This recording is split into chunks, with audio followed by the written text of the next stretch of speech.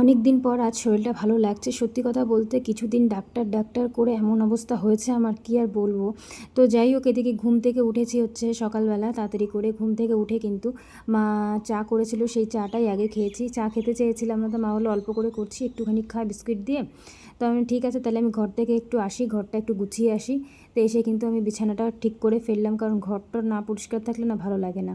তো যাই হোক, দেখো সুন্দর করে কিন্তু ঘরটা গুছিয়ে নিয়েছি। আর একটা ছোট্ট পুতুল রয়েছে, এটা আমার ছোট্ট সোনা মায়ের পুতুল। তো রেখে গেছে, ভেবেছিলাম তুলে রাখবো, আর তোলা হয়নি। তো আর দেখো এদিকে মা কিন্তু আমার এক এক নিয়ম শুরু হয়ে গেছে, খাওয়া দাওয়ার পর্ব। মানে খেতে চাই না, সব কিছু জোর করে খাওয়াই এক মাই থাকে। অনেকটাই সুস্থ হয়েছি আগের থেকে। তা সকালবেলা কিন্তু একটা ডাব খেয়েছি, ডাবের জল আর কি। ডাবের জলটা কিন্তু খুবই মিষ্টি আর খুবই মানে কি বলবো, খুব ভালো।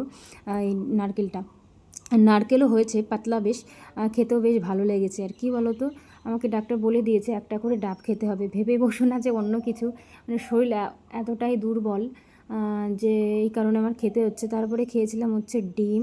মানে এক এক করে খাওয়া শুরু আর কি, মায়ের আদেশ মানতেই হবে, না খেলে হবে না। তো যাই হোক, মা সব কিছু পরপর দিল, আপাতত অনেকটাই ঠিক আছি। যেটা হয় আর কি, ঠান্ডা লেগে আমার কানের সমস্যা হয়েছে, এখনও কানের সমস্যাটা খুব বেশি কমেনি, কিন্তু ঘুমটা ঠিক হচ্ছে আর কি। এক সপ্তাহ পরে আবার যেতে হবে ডাক্তার দেখাতে। তো এদিকে মা আর আমি ভাবলাম চলো একটু বাজার থেকে ঘুরে আসি। বাজার থেকে মা একটু মাংস, আর এদিকে কিন্তু দেখো এটা কী শাক বলো তো, এটা হচ্ছে থানকুনি পাতা। এই পাতা কিন্তু বাটা হবে। আর এদিকে মা কিন্তু মাংস করছে। তো অনেক দিন পরে ঝাল ঝাল মাংস রান্না করছে মা, আর বেশ ভালো লাগে ঝাল ঝাল করে মাংস রান্না করলে। আর এদিকে মুখে স্বাদ আছে আমার, খেতে পারি, একদম যে খেতে পারি না ভুল কথা। তো মাংস অনেক দিন পর খাচ্ছি, তো তেমন আমার মুখে ঠিক ভালো লাগছে না। অ্যাকচুয়ালি শরীরটা তেমন ভালো না। আর যাই হোক, এখন তো অনেকটাই ঠিক আছে। আগে যা পরিস্থিতি আমার ছিল, মানে আমার মা আমাকেই মানে সুস্থ করে তুলেছে জানো না। আমি এক এক সময় মাকে বলি কি, তুমি আমাকে ঠিক করতে করতে তুমি আবার অসুস্থ হয়ে পড়ো না। আমার মা এতটাই সবসময় আমাকে কেয়ারিং করে। এক মাই পারে কিন্তু তার বাচ্চা কাচ্চাকে সব কিছুই আগলে রাখতে, তাই না? এটাই বাস্তব, তাই না? তো যাই হোক, এইদিকে মা শুধু আমাকে একটা কথাই বলে, এত টেনশান কেন করিস তুই, একটা বাচ্চা কাচ্চা নিয়ে হয়ে যাবে, সময় হলে সব কিছু হবে, জানো তো। এক মাই কিন্তু সব কিছু বোঝে। আমি মাকে অনেক কিছু বলতে চাই না, আমি ভাবি যে আমি যদি সব কিছু ওনাকে বলি উনি টেনশান করবে, একেতেই আমার নিয়ে টেনশান করে সব সময়ের জন্য।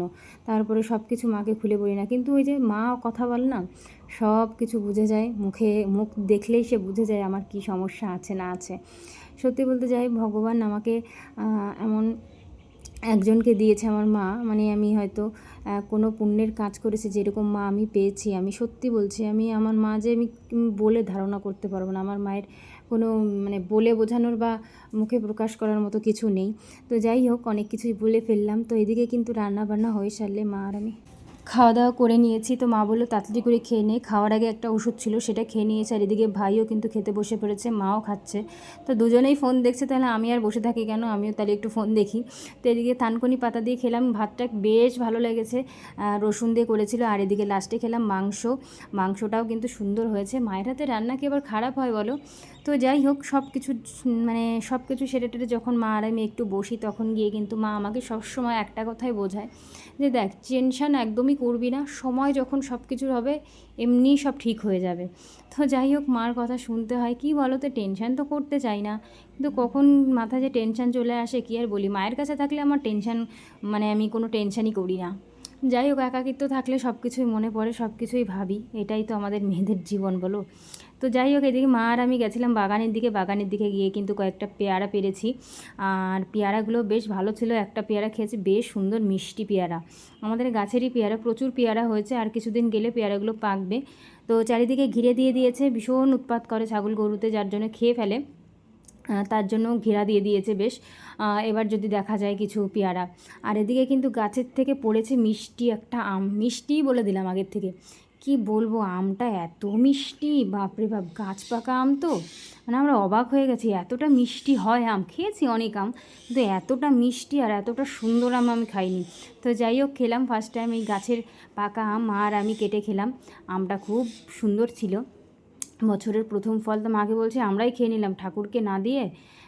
খাওয়ার পরে মনে পড়েছে ঠাকুরকে, আমরা অ্যাকচুয়ালি আম ঠাকুরকে দিয়েই তারপরে খাই, কিন্তু দেখো এবার আম তা হলো না, যে পড়েছে হট করে একটু আনন্দ পেয়ে খেয়ে নিলাম, কি বলবো আর। তো যাই হোক, খেয়ে দিয়ে বলবো, সত্যি কথা বলতে খুবই মিষ্টি ছিল আমটা। আর মা আর আমি হাসাহাসি করছি, বাপরে আম এত মিষ্টি, আর গাছের এই প্রথমবার এই আমটা খেলাম আর কি। তো যাই হোক, আমটাম খাওয়া দাওয়া করে মা আবার বিকালে যাবে কয়েকটা ফল আনতে আমার জন্য। তো ওই মৌসম্বি লেবু আর বলেছিলাম ভাজা পোড়া আনতে, না তাও বলেছি মা একটু নিয়ে আসো, অনেক দিন পরে খাওয়া হয় না অনেক দিন। তো মা দেখো চিকেন ললিপপ, ভেজিটেবল অনেক কিছুই নিয়ে এসছে, এগুলো খাওয়া দাওয়া করলাম। তো যাই হোক, তোমাদের সঙ্গে অনেক কিছুই শেয়ার করলাম। আরও শরীরটা ঠিক হলে তোমাদের সঙ্গে এক এক করে সব কিছুই আমার লাইফে সব কথা বলবো। তো চলো ভিডিওটা এই পর্যন্ত শেষ করব। ভালো থেকো সবাই।